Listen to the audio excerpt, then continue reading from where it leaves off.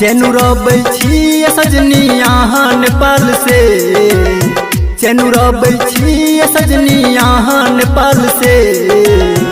कि घरे आइबो कहिया राजा आहा दोहा कतार से, कि घरे आइबो कहिया राजा आहा दोहा कतार से।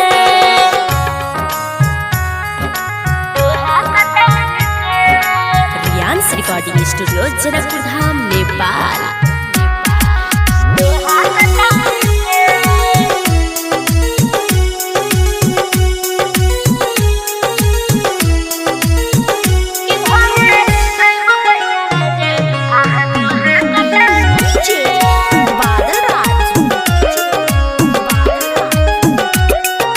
काम काज में पिया लागै नैया मानियो, रहिया निहारे नैना ऐतै कब सजानियो।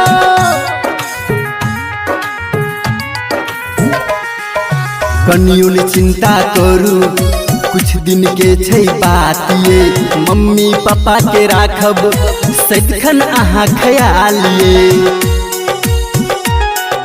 छोड़ब ने कहियो साथ सजनी जन्मो जन्म ये, छोड़ब ने कहियो साथ सजनी जन्मो जन्म ये।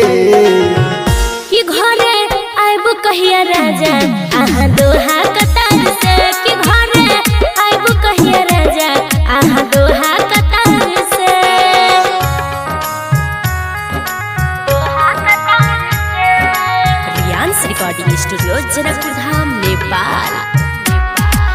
दोहा कतार से।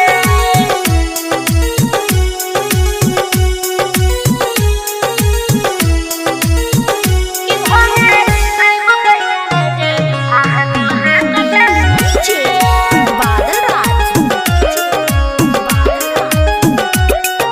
सुन बेदर्दी पिया मानू हमर बात यो, आबू ने यहाँ घरे कोट नहीं हमर रात यो।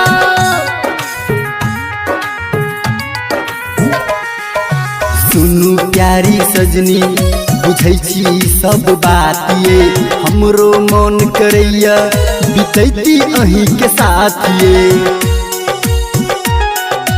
अगला महीना छै जान हमर फ्लाइट ये, अगला महीना छै जान हमर फ्लाइट ये। कि घरे आइबो कहिया राजा आहा दोहा